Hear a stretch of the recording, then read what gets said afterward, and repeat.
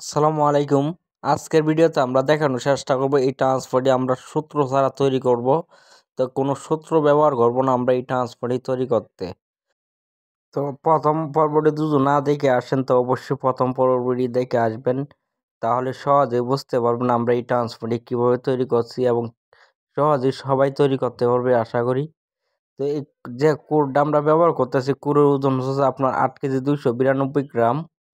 এখন আমরা কোরের এরিয়াটা আমরা একটু মেজারমেন্ট করে আমরা দেখানোর চেষ্টা করব।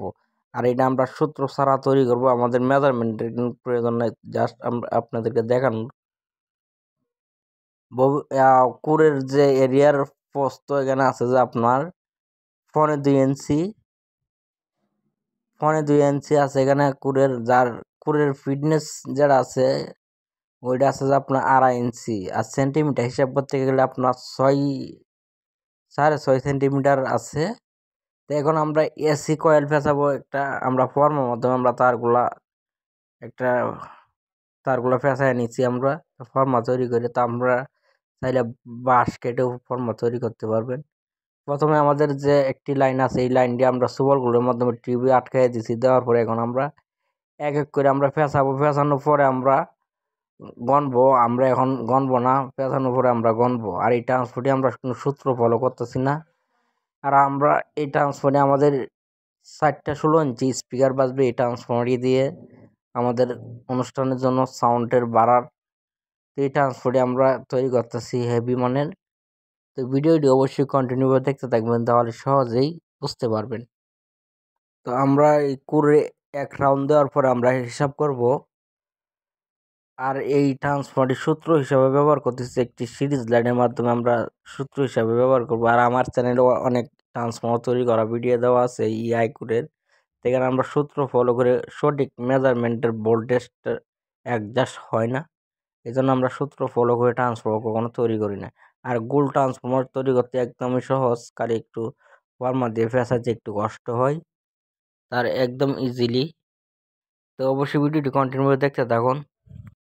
এখানে দেখতে পাচ্ছেন আমরা 1 থেকে 1 রাউন্ড মতন আমরা দিয়ে দিচ্ছি ফেস সংখ্যা।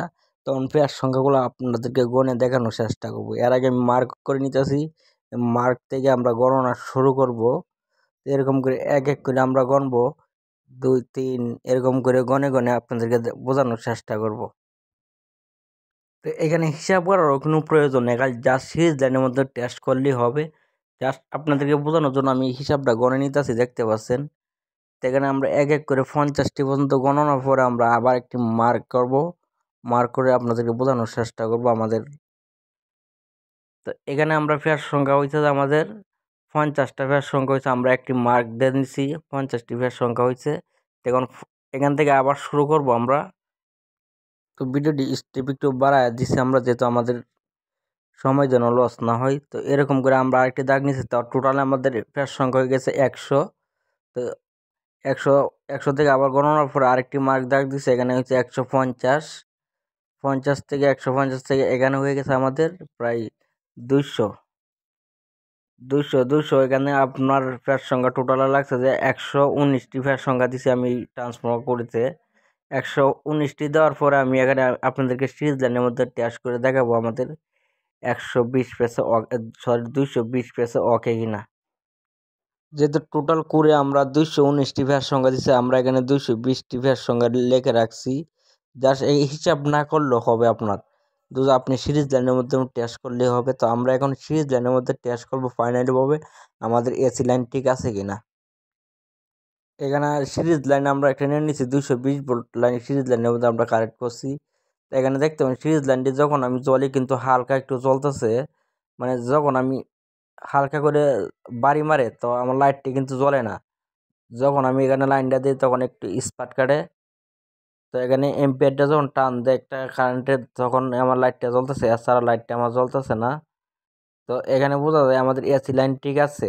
যদি সিরিজ লাইনটা জ্বলতো তাহলে আমাদের এসি লাইনের সমস্যা হতো, তাহলে আরও ফ্যাস সংখ্যা দিতে হতো। তাহলে যেহেতু আমাদের সিরিজ লাইনটা জ্বলতেছে না, তাহলে আমাদের বোঝা গেছে আর ফ্যাস সংখ্যা দিতে হবে না। জাস্ট আমি আরও কয়েকটা ফ্যাস সংখ্যা আমি দিয়ে দেবো, দেওয়ার পরে আমরা লাইনগুলো বের করে নেব। এখানে সিরিজ লাইন কিন্তু জ্বলতেছে না, এরকম ধরে রাখলে সিরিজ লাইন জ্বলে না। তাহলে পারফেক্টভাবে ওকে হয়েছে 220 পেসি আমাদের এই ট্রান্সফর্মার কুড়িতে। আর সূত্র হিসাবে ব্যবহার করলে আপনি সঠিকভাবে ফ্যাস সংখ্যা দিতে পারবেন না। তো আমরা এখানে 20 থেকে 30টি ফ্যাস সংখ্যা দিয়ে দেবো, আরও দেওয়ার পর আমরা কলমটা পেঁচায় নেব। তো আশা করি বিষয়টা ক্লিয়ারভাবে বুঝতে পারছেন। তো বুঝতে সমস্যা অবশ্যই আমাদেরকে কমেন্ট করে জানাবেন। আর পরবর্তীতে আমরা এই ভিডিওটি নিয়ে আসবো সেকেন্ডারি ভোল্টেজটা আমরা কীভাবে বের করব।